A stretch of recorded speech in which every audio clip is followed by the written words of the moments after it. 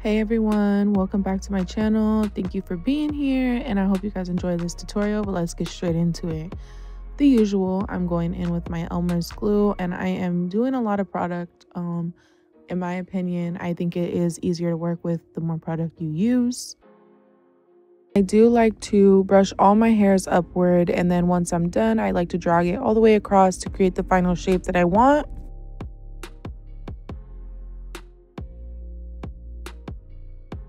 And now I'm going to go ahead and prime my lids using my P. Louise base in the shade Rumor number 2. And doing so, I'm going to use a little makeup bullet. It's kind of like a beauty blender. You can actually put your finger inside of it. So that's cool. Gives you a lot more control. But I'm just going to buff this out all over my lids. And then I like to apply tape whenever I have like a sharp edge I want to create. And the palette I'm using today is the Me, Myself, and Mitchell palette. So I'm only going to mix 2 shades on this little wing that I'm creating, just a dark brown and more of like a black to deepen it, and that's it. Gonna keep it pretty simple and plain. And then I'm going in with this glitter from the 24A Artist Pass palette from Morphe.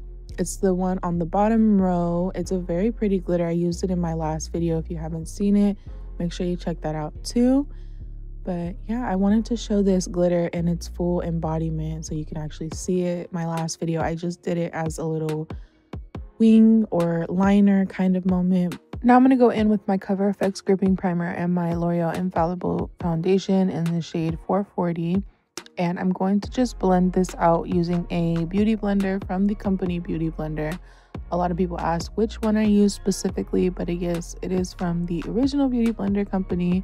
I haven't tried any other sponges like I mentioned previously, but I definitely do want to kind of branch out and just use different tools and brushes and stuff that you guys recommend for me or that you guys want to see for me.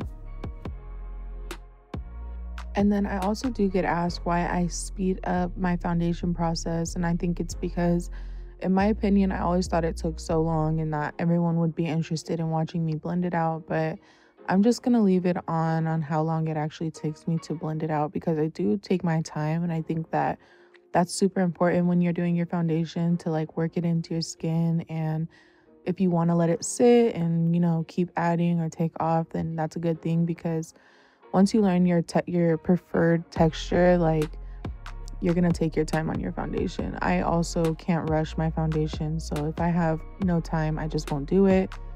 For contour, I'm going to go in with Bare Minerals Stick Foundation in the shade Sienna.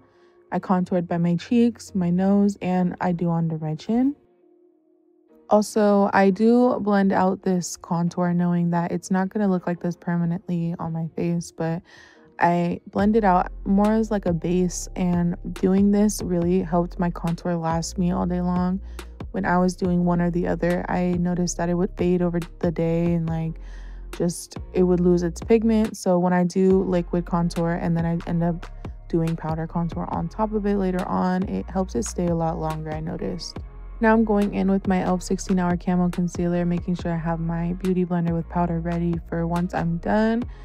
And what I like to do is focus more on the front of my face, and then towards the end I'll start to drag it upwards towards my hairline. But I always have my powder ready, so that once I'm done blending it out, I set it right away. And usually when I set my eyes, I like to press some loose powder into my face rather than letting it bake directly after.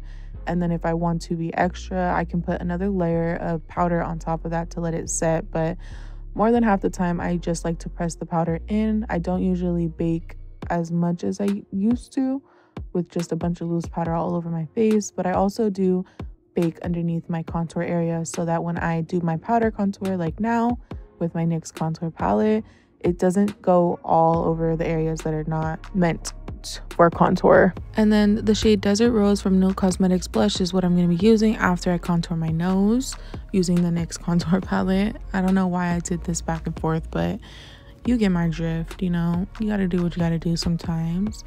But I'm going to highlight the tip and the bridge of my nose using the lighter powders from that palette, and then just directly after going in with the more contoury shades and contouring the side of my nose, the tip of my nose, and sometimes I like to do on top of it where those two highlighting points don't connect, just to give it like that little button effect, but I don't do that every time. But after the contour shade, I like to go back in with a light powder, doing the tip and the bridge of my nose. And then I'll like to carve the sides with loose powder, which is also the Milk Makeup powder, the blurring and setting powder. I have gotten a comment like, well, isn't the liquid contour enough? Like, why do you have to contour it again? And the answer to that is more so similar to like cheeks. I just noticed it lasts longer, me rubbing my nose, touching my nose, if I wear glasses, whatever. It lasts longer when I do both because it's basically reinforcing the liquid contour that I did previously, but it's just keeping it in place. This is the MF3 brush from Made by Mitchell for my blush that I had mentioned before. No Cosmetics blush in the shade Desert Rose. And I'm obviously obsessed with this blush because I really don't know when to stop, and I literally just keep going and going, like on my forehead and my chin as well. Honestly, I feel like that does make a difference. It kind of does bring back the color to your face a little bit. But after that, I'm going to go ahead and just brush off all of the loose powder on my nose, underneath my contour. And I'm going to avoid using this brush under my eyes just because I prefer to use a beauty blender to press everything in. And then I'm going to spray my face with my Morphe setting spray directly after. I always like to spray my face before highlight. This is the Ofra highlight from the Nikki tutorial collab. This is the shade Glazed Donut. I like to do my brow bone, the tip of my nose, the bridge of my nose, and my chin as well. I recently started doing the center of my forehead, but I hadn't got into that at this point when I was filming this, but definitely that's going to be in my next videos because I'm obsessed with it right now. And then I'm going to go in with the Style Tatiana from Omega Lashes. These are definitely my top pick from Omega Lashes so far. Look how pretty they are, period. And if you are ever interested, remember I do have a code. Make sure you guys use my code. Thank you if you do in advance.